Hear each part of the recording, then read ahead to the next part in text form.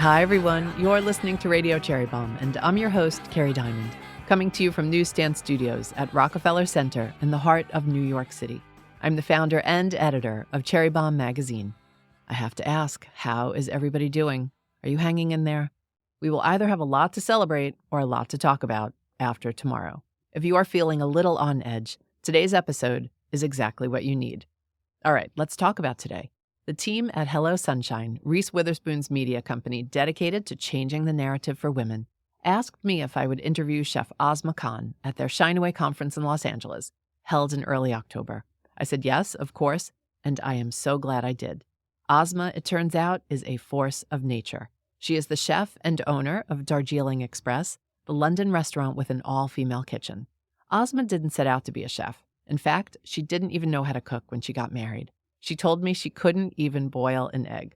Today, there's a Chef's Table episode about her on Netflix. She was on this year's Time 100 list, and she also has a new cookbook, her third, out this March, titled Monsoon, Delicious Indian Recipes for Every Day and Season. Asma is so amazing, she got a standing ovation at Shine Away. By the way, the Shine Away conference was presented by the good folks at AT&T. I had such a good time at Shine Away. I bumped into lots of you. Thanks for saying hi. I saw friends like Ellen Bennett, Sama Dada, and the Pasta Queen. I bought books from Reese's book club authors and even met Reese herself. She and her team put together a very inspiring weekend, so congrats to them. Stay tuned for my Shine Away interview with Chef Asma Khan. Some housekeeping. The next issue of Cherry Bombe will be out later this month, and you won't believe who's on the cover. Keep an eye on our Instagram, @CherryBombe, for the cover reveal. But if you're impatient, here are 2 hints. You love her, and she was on a recent episode of our podcast. Did you guess? I bet you did. Anyway, you can subscribe and get 4 issues a year of our gorgeous print magazine delivered right to your door, plus free shipping. Head to cherrybombe.com to get a subscription for yourself or a gift subscription for a friend. The deadline to subscribe and receive our holiday issue is Friday, November 15th. Now, let's check in with Asma Khan. I'm so honored to be sitting next to chef, restaurateur, cookbook author, and advocate Asma Khan. Thank you. Asma's Michelin-listed Darjeeling Express restaurant in London is known for its all-female kitchen. How amazing is that? Asma has many accolades, including her inclusion on the Time 100 Most Influential Person list in 2024, and an episode of the acclaimed Netflix series, A Chef's Table. And I hope you've all seen her episode. If you haven't, you can watch it tonight. Okay, Asma, I have a question for everyone. We're going to start with all of you. How many of you in the room are the second daughters in your family? Raise your hands. Okay. Unless you have an annoying older sister, you probably haven't given your second sister's status much thought. But for Asma, who was born a second daughter in Calcutta, she was considered a burden and told that her mother cried when she was born. Asma, I'm curious, how did that shape you at such an early age? I think it was deeply scarring. With everything that's happened and all the success, it's not that the scar ever heals or fades, just feel it less. You know, my mother did cry when I was born. She's one of 5 daughters. I think my grandmother and everybody she felt overwhelmed. She felt that she'd failed them by delivering another daughter. And of course, you know, people in many cultures are like, oh, you're just going to be like your mother. You're going to have 5 daughters. And it was tough for her. But after the initial disappointment, my mother loved me so much. But the game changer was that my sister loved me so much. That love from 2 women who believed in me transformed everything. But the extended family would constantly remind me about the fact that I was inadequate. I was constantly told that I was fat and dark and ugly. And I think that maybe being a second daughter, but being attractive in the norms of what was considered beautiful in my family, may have been easier. I just loved playing cricket on the street. I think I was trying to be a tomboy to kind of be the boy that my mother didn't have. So that also complicated things. So yes, it did have an impact on me, but I am what I am because I was put through fire. And I feel I came out glistening like gold. And it's not easy. I think that it's not just my culture, It's there in a lot of agrarian cultures because the boy is the one who inherits the farm, the family house, and there is always this sense that the family is not complete unless you have a son. It is difficult when the second girl is born because it feels like, oh my God, there's not going to be a boy in the family. Who's going to carry the family name? These are difficult things that families need to speak about because I came out of this, okay, but a lot of girls internalize this kind of othering. And then they are in difficult marriages or getting bullied at work or at workplace, and they always take a lot of grief as if this is what was their role in life. Your role in life is not to carry burden of ignorance of other people. You know,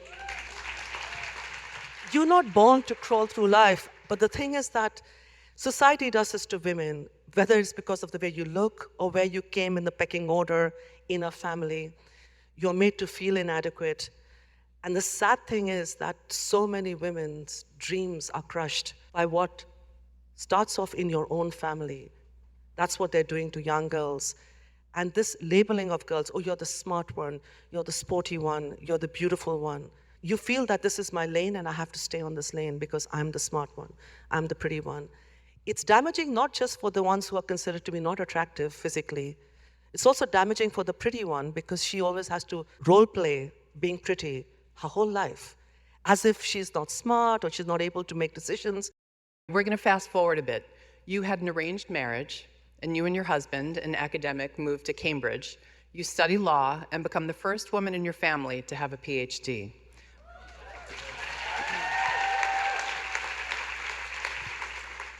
But, there is a but, you are lonely, unhappy, and unfulfilled. What was going on? I missed home. I missed food. For anyone who's above a certain age, this was a time when there was no internet, there was no mobile phone, you couldn't contact home. My father wrote to me. So when I moved to Cambridge 33 years ago, it was extremely lonely. It felt like a bereavement. This sense of loss, I think none of us can understand. And I tell people, you can Skype your dog in Delhi now. It's not even an issue. And communication is incredible. But at that time, when telephones didn't always work, I struggled, and I always kept an unopened letter of my father because I wanted to know that I could read his words when things got tough. And that was the kind of isolation I felt. And then I was overwhelmed because I couldn't change everything around me. Couldn't change the weather, for one. It was awful. I'd come from Calcutta where, it's hot and humid, and Cambridge was just like. And I felt, because in the Torah and the Quran, everywhere, talk about hell being fire. My God, no. Hell is Cambridge in winter. It's freezing, and the wind would cut through like knife, and you think, what is this? And I see all the birds flying. I was thinking, you guys are smart. You're getting out of here. I can't even fly away. I was stuck in this place. And this grieving and absolute loneliness. And my husband was very nice, but, I just got married to him. And he was a terrible cook. And he would cook for me, leave this awful food. But I was scared to criticize because I didn't know how to cook myself. And I thought, if I tell him anything and he stops cooking, then I bloody starve. In that grieving and emptiness and hollowness, I figured that cooking and food was my way home. I went back and I learned how to cook for that reason, because I knew that this was one thing I could learn. And maybe it would change my life. We'll be right back with today's guest. Today's episode is presented by Kerrygold. Have you noticed that butter is having a moment? I've seen handbags sculpted out of butter, little couches made from butter pats, tiny butter cherubs, even butter-colored nail polish and fashion. The world is butter obsessed. But you know who loves butter more than most? The folks at Kerrygold. They've been perfecting their craft for decades, using milk from Irish grass-fed cows to create their famously rich, creamy, golden butter. There's a reason Kerrygold is beloved by everyone from home cooks to the world's top culinary creatives. It's just better butter. Kerrygold salted pure Irish butter has a butterfat content of 80%, while the unsalted version has a butterfat content of 82%. And that beautiful yellow color, it's thanks to beta-carotene, found naturally in milk from grass-fed cows. Want to get in on the fun? Get yourself some Kerrygold and whip up some flavored compound butter, fill some fancy butter molds, or sculpt one of those gorgeous butter mounds for your next dinner party or get-together. Visit KerryGoldUSA.com to learn more, get recipes, and find a stockist near you. Thank you to everyone who joined us at last weekend's Jubilee Wine Country celebration at the Solage Resort in Calistoga, California. It was a beautiful Napa Valley weekend, and I was thrilled to meet so many of you and make lots of new friends. Keep an eye on our Instagram and cherrybombe.com for highlights. Also, we'll be sharing some of the recordings of the talks and panels in the near future. If you'd like to join us for our next Jubilee, it's taking place in Manhattan on Saturday, April 12th. It's going to be an amazing day of connection and community and great food and drink. It's also going to be our biggest Jubilee yet. Early bird tickets are on sale right now at cherrybombe.com. We'd love to see you in New York City. You're a renowned chef today, so people might think you're exaggerating slightly, but Asma didn't even know how to boil an egg.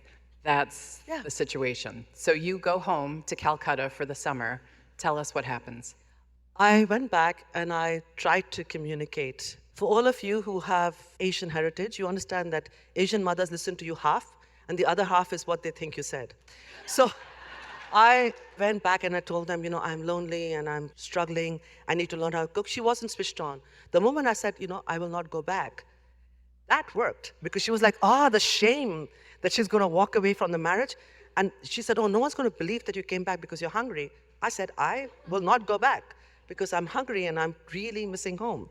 So she said, fine. And she taught me how to cook and managed to scare all my aunts as well, who shared all their recipes.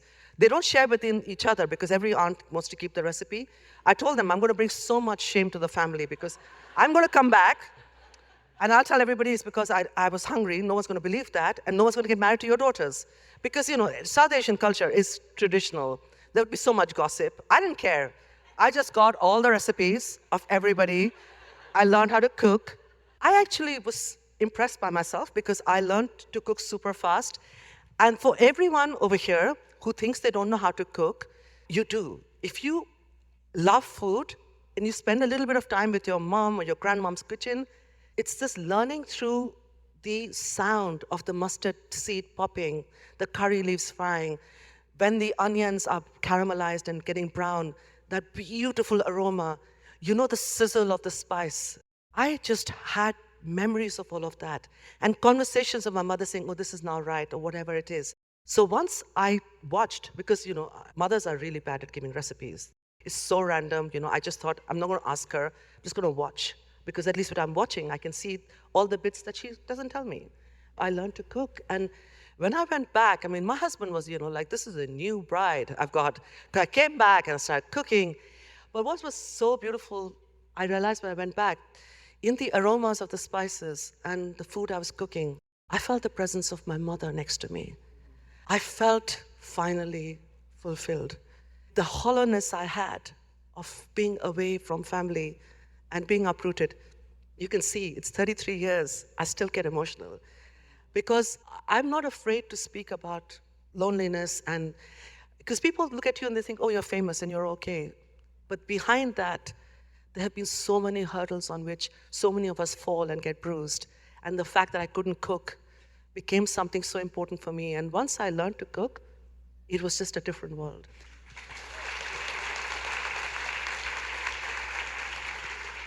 So you return to Cambridge. You still have to deal with the weather, but you come back to Cambridge with a sense of purpose. You start to notice women in your neighborhood. And I'm curious, why hadn't you seen them before? And how did you all start to connect? Well, that's when I moved from Cambridge to London. It was the nannies in the school where my children went. They were live-in nannies, mainly looking after European families. I'd never seen them before, but I realized one thing, that food was my way home. It is what completed this empty soul for me, that I could cook. I could eat the food of my family. And I knew none of these women were cooking their food where they were working. But suddenly I realized then that I need to put my arm around these women. I need to bring them to my house. I need to feed them. I need to be the person who I never met, who wasn't there for me. And I wanted to use food as a language of love, to reach out to those who left their home, left their homeland, left their families, and had come to a foreign land, which was bloody cold, and who were trying to make a life for their families. And I thought that I don't have a lot, but I have this one gift. I can cook. And I can cook food that tastes just like home. So let me cook with them, and that's how the friendship started. And that's how I made friends with the nannies that were in the school where my kids went to. So this leads to your famous supper clubs, in which you invited dozens of strangers at a time into your house to cook for them.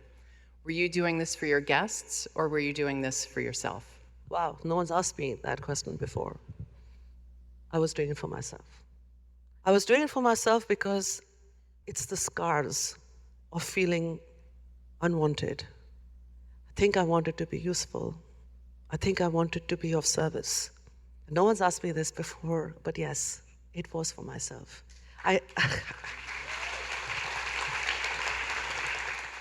And all the strangers in the house, how'd that work out?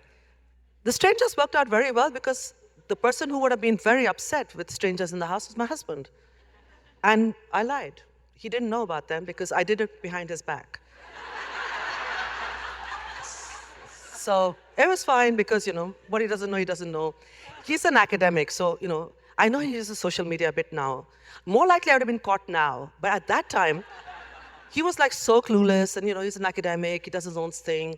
He didn't follow anything. So there was no way on earth. And I told everybody who came to my house, if you ever meet my husband, never, ever tell him you came to my house. So that was it, and everybody was like, they understood this. So one day, by mistake, somebody rang the bell.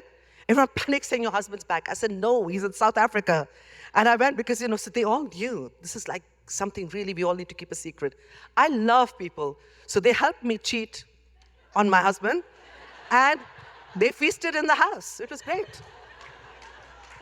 I didn't think about how the lack of social media was kind of the secret to your success back then. Yes. Well, now you can't, because now some idiot's going to post something and then someone's going to tell my husband, oh, that looks like your house. Is that your wife?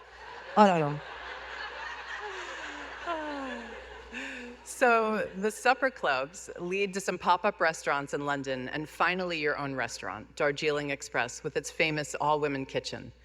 One of the biggest deterrents for women opening their own restaurants and food businesses, I'm sure everyone in this room knows this, is access to capital. How did you raise the money to open a restaurant? Oh my God. For my whole life, I always thought, money is such a dirty thing. I don't want it. And when you want it, no one wants to give it to you. And it was so hard. My life was changed because I met a random person in a supper club. I had gone to someone else's supper club. And she had her hair dyed pink, and she was this Hello Kitty bags. She was a New Yorker. She was very loud. And she was, of Chinese origin. And I was telling her, I want to open a restaurant, but, I don't know how to get money. She says, go to a bank. She says, do not undervalue yourself. Do not go in and get money from, a business partner, because if you become successful, and you will become successful, then they owe your shares and they own you. And I was like, anyone give me money, I don't mind giving them shares. I'm nothing. But she told me, come to the bank and I'll help you. She taught me how to do a business plan. So initially I got some money from the bank, but the bank would only give me the money if I put in equal amounts of money. So I went to someone who was an investor. The night before they were supposed to give me the money, they decided that they wanted to control everything. They wanted 51% of my company. My hollow company, small company, which had nothing. But somehow I felt disrespected. I felt that, you can't do this. We had agreed to something, you turn around, and I felt dismissed. The scars were throbbing inside me because I know this feeling so well. But I know one thing, you cannot allow anyone to crush you. And I thought, this is the thing. So I said, no, I don't want your money. And I hung up, and I was weeping, sitting on the floor. My husband, who by which time had known about the supper clubs, because I had to, so he knew the whole story by then, was not impressed, and he was very against the idea, because by which time I had done my PhD, I'm an academic, he's an academic, he's a professor, and he felt that you want to help women stay with the law, do something, which he was right about. Who would think that you could open a restaurant, go into food, and help women, help empower women? No one had done that. So he was right on that, and I was thinking, so I sat on the floor crying all evening. He walked past me and said, I have actually broken the Children's Trust Fund, my entire life savings. I'm transferring 185,000 pounds to you. Take it, go fly. He said, you deserve this. Go. And so, the most unlikely hero of all, the person who I lied to, but I have to say, I didn't feel one iota of shame. I was like, give me the money, very good, but I did feel something. I washed all his clothes that night. And I ironed it because I was thinking, like, let me be this domestic goddess now, because now I've got all his money, it's fine. And I'm very ashamed because I haven't returned the money to him. To his credit, never asked me for this money back. At some point, when I become rich and famous, I'm going to give him the money back. So I keep telling him I'm not rich and famous as yet. The bottom line is that, it's hard being in hospitality. But yeah, he's nice because he didn't ask me his money back. And that's how I financed it. But it was incredibly difficult. Because before I actually thought of the restaurant, I wanted to open a tea shop. And I went to my bank. I went to 3 men in suits. And I told them, I want 10,000 pounds. It's not a lot. And I want to open a tea shop. And they told me, oh, Mrs. Khan, what a lovely hobby. Call us to your house for tea. I cried all the way home, and I swore then to God, I will be that name every woman can take, even when I'm dead. In my 40s, I was made to feel dismissed. I was laughed at. I was ridiculed. I felt stripped of all things beautiful. It was so raw. It reminded me of my first feeling when I saw trees without leaves in Cambridge. And I ran my hands down the bark, and it was raw and rough. And the fact that 3 men had reduced me to that, to feeling so exposed and unprotected, is the only word I can think of right now. It was tough. And that I could actually get the money to open my restaurant was huge. And I had someone like Vinci, who was a financial person, who guided me, who believed in me, who taught me simple things like, how to do a spreadsheet. I didn't know anything. I did a PhD, but I didn't need to do all of this. It's a law PhD, you don't have to do a spreadsheet. So I don't know how to do it. And so I didn't know how to do a lot of basic things. And she taught me. And this is the great thing. Creative people need, the backbone has to be someone who's good in finance. You will not succeed otherwise without it. So one of your non-negotiables when it came to opening your restaurant was an open kitchen. I think all of you probably know what that concept means, but it's where you can see right into the heart of a restaurant and see and hear everything that's going on. But why did you want this? It was very important that people see the hands that labor. Because behind the walls of these kitchens that are in the names of some Ponzi chef, you don't know who's behind those walls. And I have, the nannies from the school that were doing the supper club were now the chefs in my kitchen. And I was so proud of them. Some of them came from backgrounds without education, had been through terrible abuse.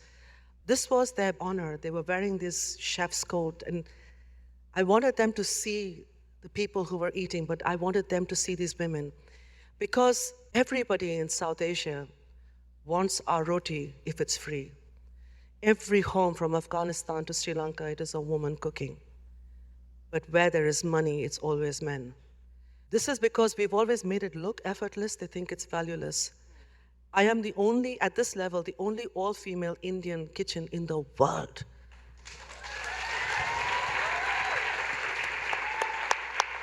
I had to show their faces. I wanted people to see. You can talk about this, and I'm grateful, so grateful to everyone, to Reese and Hello Sunshine for this platform. All of you who feel excluded from spaces, go in there. And there is this saying that you cannot be what you cannot see. You become what everybody else can see. Become that person who you could not see in your dark days. That's what I tried. And I understood that it was always going to be a collective of women. I needed to celebrate the Shakti, the energy, the female energy that is there in the heart of my business. And for that, everybody needed to see who was all-powerful. Not me, the women who were cooking.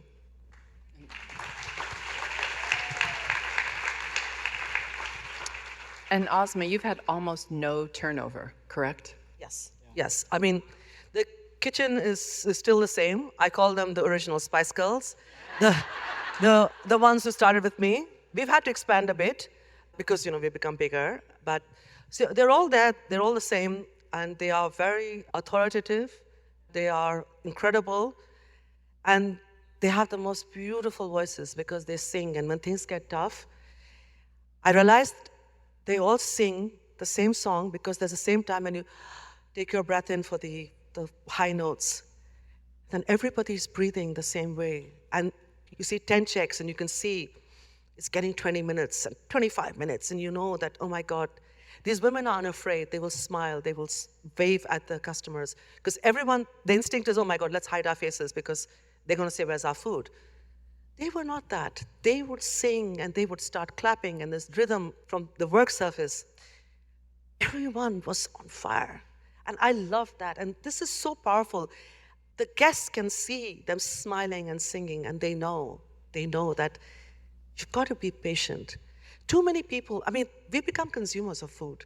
You go into a restaurant and, food is out in 5 minutes, and it's all about, a 12-inch plate with half an inch of food, and drizzles of things, and a puff and a puff, and one edible flower, and you think, should I eat the flower because I'm hungry? Because this little thing just kind of disappeared. Our food is not that, and I don't even try to garnish our food, and my attitude is, I am brown, my food is brown. It is beautiful, and I don't need to camouflage it with other colors, because for me, this is me honoring the women in their graves, those that went without actually being appreciated for their food. Everyone ate food from their table and left. One reason why, the women were in the kitchen. Women ate last in so many cultures. They served the men, and this still is happening today. The men eat first, the women eat next. So they didn't even see the men appreciating their food. This still happens today. It's unacceptable. But, patriarchy runs in our food. Who is making that roti one at a time? There's someone in the kitchen making that. And that we serve the choicest cuts of meat or the best part of any dish to the male head of the family. I think sometimes you've got to think that, this is problematic. This is problematic because we should honor the matriarch as well. Not us and them. Matriarch and the patriarch, both, equally important.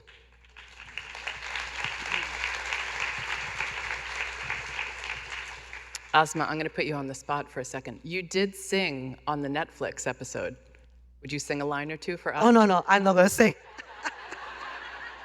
I don't want to lose this audience. I'm not going to sing. I didn't even realize, because I didn't know what cut. I was like, oh my God, because if anyone has done any food shows like this, they're in your face the whole time.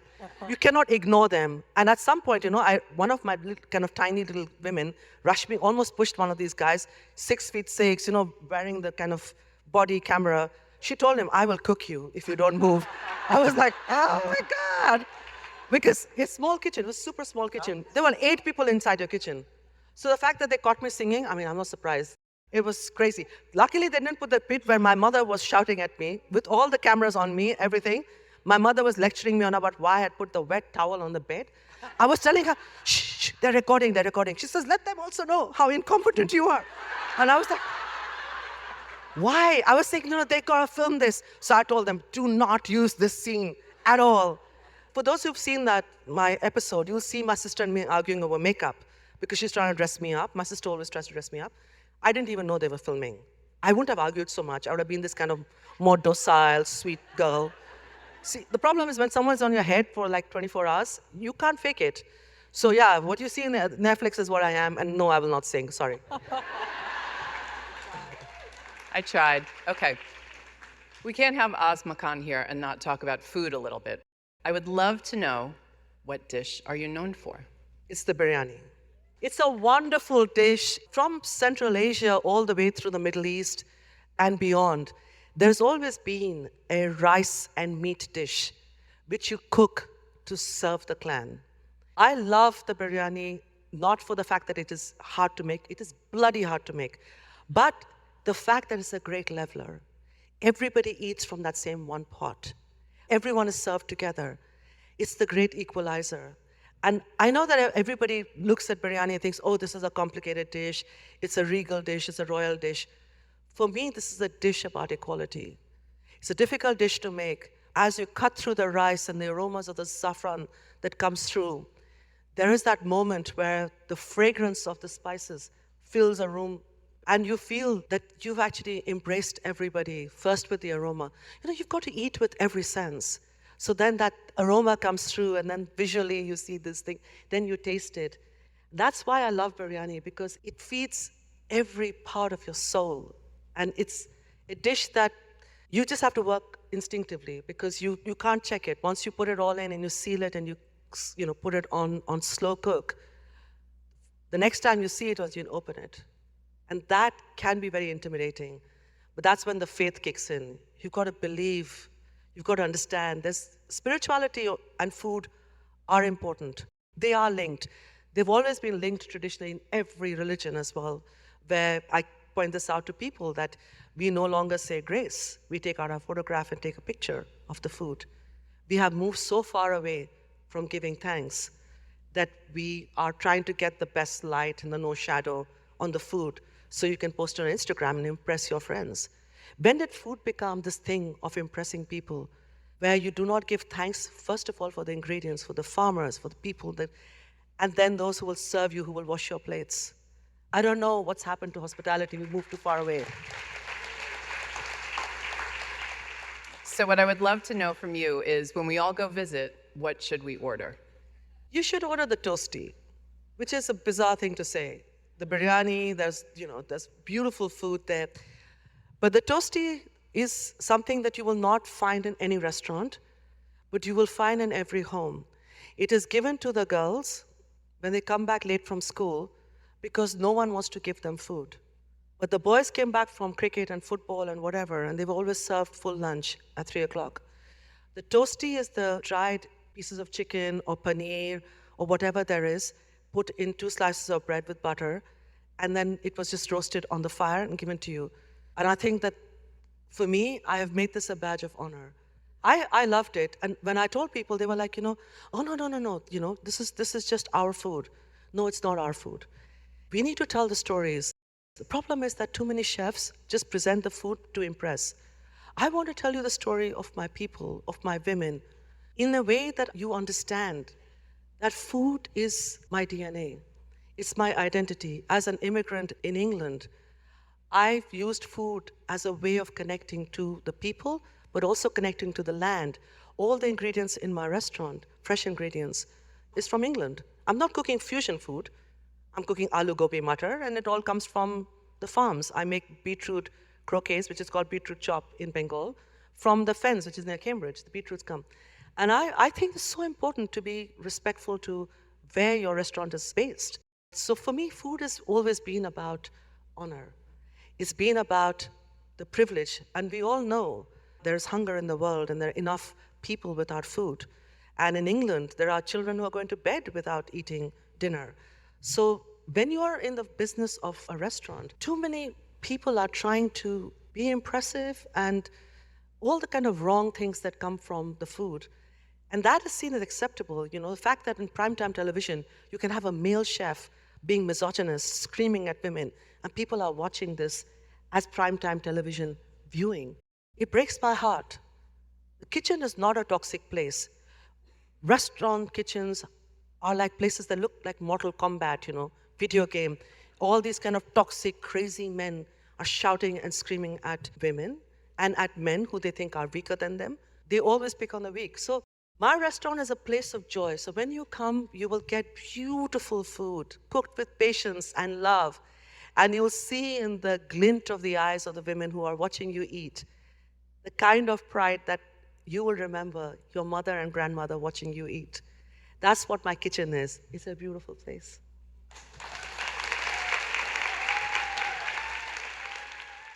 Asma, you are on a crusade to make kitchens kinder, less racist, less sexist, less ageist places to work. That is quite the battle. Why take this on? You have all the success right now. My success means nothing if I cannot clear the pathways for women coming after me. It's so important. So even women who are not born, girls who are not born as yet, I want them to be able to go into a kitchen and own it. The easier path is to have just sucked up all the success and sat back, done some good financial deals, and made a lot of money. I can't live, I cannot breathe if I know that I didn't do something. I'm sowing a harvest I will never reap. I will not be there to see women becoming all powerful, for older women to feel that this is an industry they can go in, that they're not dismissed and sidelined. I hate the double standards and the hypocrisy. When you speak to powerful male chefs and say, who's the best chef? They say, my mom and grandmom. No one looks like their mom and grandmom in their kitchen. How is it that they have allowed this whole story to be there that, oh, we're very respectful to our mothers and grandmothers, we won't hire them? And you have a chef who has said that I don't want women in my kitchen because they make her pregnant. Wow. And you still run your restaurant. And the racism is staggering. You will almost find in every kitchen in England, definitely in London, that the KP, the kitchen porter, is black. The amount of racism being directed at them, it is unacceptable. They are doing a hard job. And I find it really hard that these things are not spoken about by powerful men, but I also have to say by powerful women. Michelin star female chefs in England have never spoken up when there is proved allegation of bullying and racism, misogyny in kitchens. They close ranks with the chefs, the male chefs. You cannot pull the ladder up. You cannot shut the door. When I was featured as the first British chef on Chef's Table, a lot of people were being, how does it feel to break the glass ceiling? I don't want to be standing somewhere with bloody broken glass. I want to bring the edifice down. I want to flatten the space. No doors, no windows. Let the women in, let everybody in. Everybody should be doing that. But I'm amazed at the kind of all boys Mayfair Club kind of attitude of thing that let's keep all the women out. Let's keep the women who look different, the accented ones out. And definitely, let's keep all the old women out. And they're old the moment they're after 35. The ageism shocks me. Yes, if I had to chase a bloody deer and catch it, I would never catch it. Yes, but this is not a bloody jungle. I am cooking. I am cooking food. I have huge amount of life skill. And of course, if someone was picking a football team, I'd get picked last. Fine. You look at my body shape, you think, oh no, she ain't gonna run. I won't run. But when you're cooking, you will pick me because you think she knows food. I look like the type. But the prejudice is crazy that no one will hire an older woman in the kitchen, no moms, no grandmoms. And there are ways, and we've created a system where you can hire women, you can hire moms, you can hire new moms. New moms are the ones you need to really embrace. They're struggling, they're finding it difficult, and we do it. I want to talk about moms because there is a lot of prejudice against hiring moms in restaurants. And a big issue facing women and families in the restaurant industry is childcare. It's not exclusive to restaurants, but people like to go to restaurants at night. The best restaurants and the ones that win all the awards, you all know this, are designed around dinner service. Yet there is no such thing as night care. Access to daycare is hard enough, but night care barely exists as a concept. You told the Guardian newspaper, why can't you have women coming in doing one shift and then they can look after their kids? Why are kitchens so unwelcoming to moms? Because the rules have been set by men. Everybody comes in to do a double shift. They do lunch and dinner, and in between there's a break. I tell everybody, it's not brain surgery. It's not like the surgeon's leaving halfway through. Often lunch and dinner is different service. You have different food. So we allow women to come in and do one shift and go off to pick up their kids from school, or you pick up your kids from school, give them something. Not that kids are grateful or anything, whatever, but it just makes the mother feel better. You feed them, and then you come to work. And they're motivated, they're not anxious about their family. And I think it's a game changer for the children, especially little girls, because when they see their mother working, earning, they see them on television, they see their pictures in newspapers, they can show their friends. And it is not easy. I struggle with this, and I admit it, that, I may not be the best mother. I've been a successful restaurateur, I'm an activist, but maybe I let my children down. I wasn't there for Saturday night dinners and everything. I didn't attend all their plays and go to all the parent-teachers meeting. But I think I've made them proud by what I did. And I hope they will forgive me. I tried my best. So I try really hard to tell the women who work with me, your children will be proud of you one day.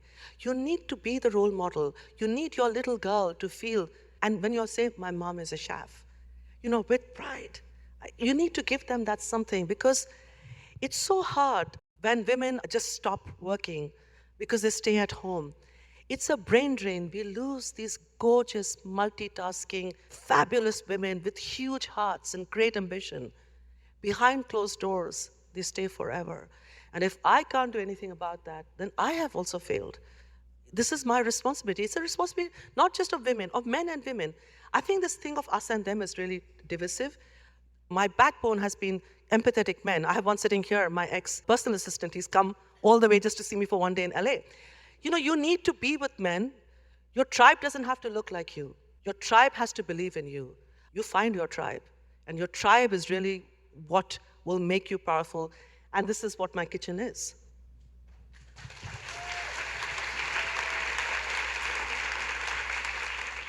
You started a fund called the Second Daughters Fund. Can you tell us about that?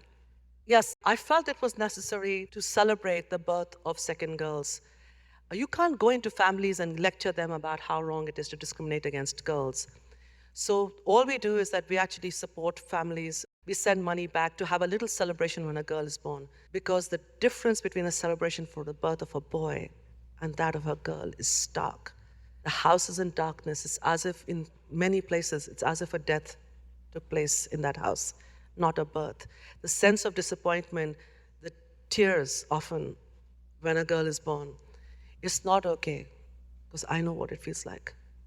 And I want that girl, so when people would be mean to me, especially when we were fighting over cricket, and I would take the bat and run away because I wasn't out and they declared I was out, so I wasn't gonna let them play. I disrupted the game and went home. And then everyone turned around and told me, oh, everyone cried when you were born, no one wanted you. I was tongue-tied, but I want to make sure that some other girl today whose birth we celebrate by sending sweets and firecrackers. You send firecrackers to a house, they'll set it off. And then, they'll eat the sweets too. So even though they're not celebrating, they get a gift. And everyone likes gifts, they eat it. She can say that, no, we celebrated. I could say nothing. I stood there humiliated, didn't show it. I cried when nobody could see me. I wasn't going to cry in front of these horrible boys. That's why I just want to do something small. It's small because you can't go and interfere into families. I try to go to spaces and talk about it because you really need to have a conversation. You need to first admit this is happening. That still is not done openly. I chose to do this in my episode of Chef's Table. They're bloody brilliant, those guys. They said, you can talk about anything. I said, I want to talk about this. They said, fine, speak about this. So it was not food. It was about justice. But they put that in an episode, and that made a huge difference because it allowed the conversation to be, had about what it is to be a second daughter.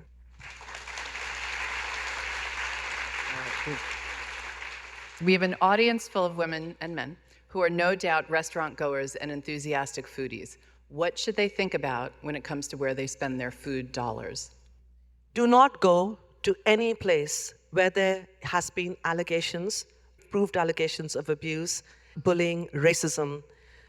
Please take your money and spend it in places, preferably where you know that there are more females being employed, because that's a kind of positive sign. That means it's not a toxic environment, that they're inclusive, that they actually do not discriminate against people of different sexuality, color. This is so important, especially now. I know in England, with the cost of living crisis, people are going out to eat less.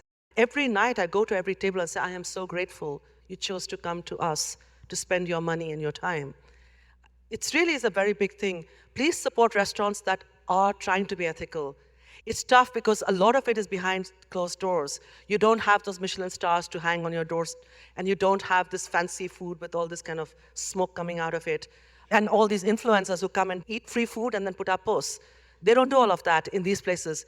We need to celebrate also morality, ethics, justice in hospitality.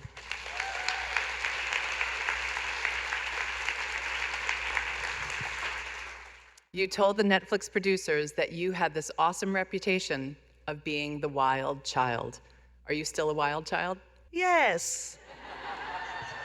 And you should always, all of us, should be wild till death.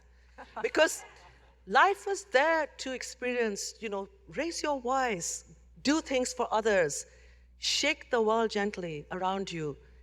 Otherwise, if you were just staying on your lane and not doing something exciting and interesting, in the end, when you look back and your life flashes in front of you, it should be exciting.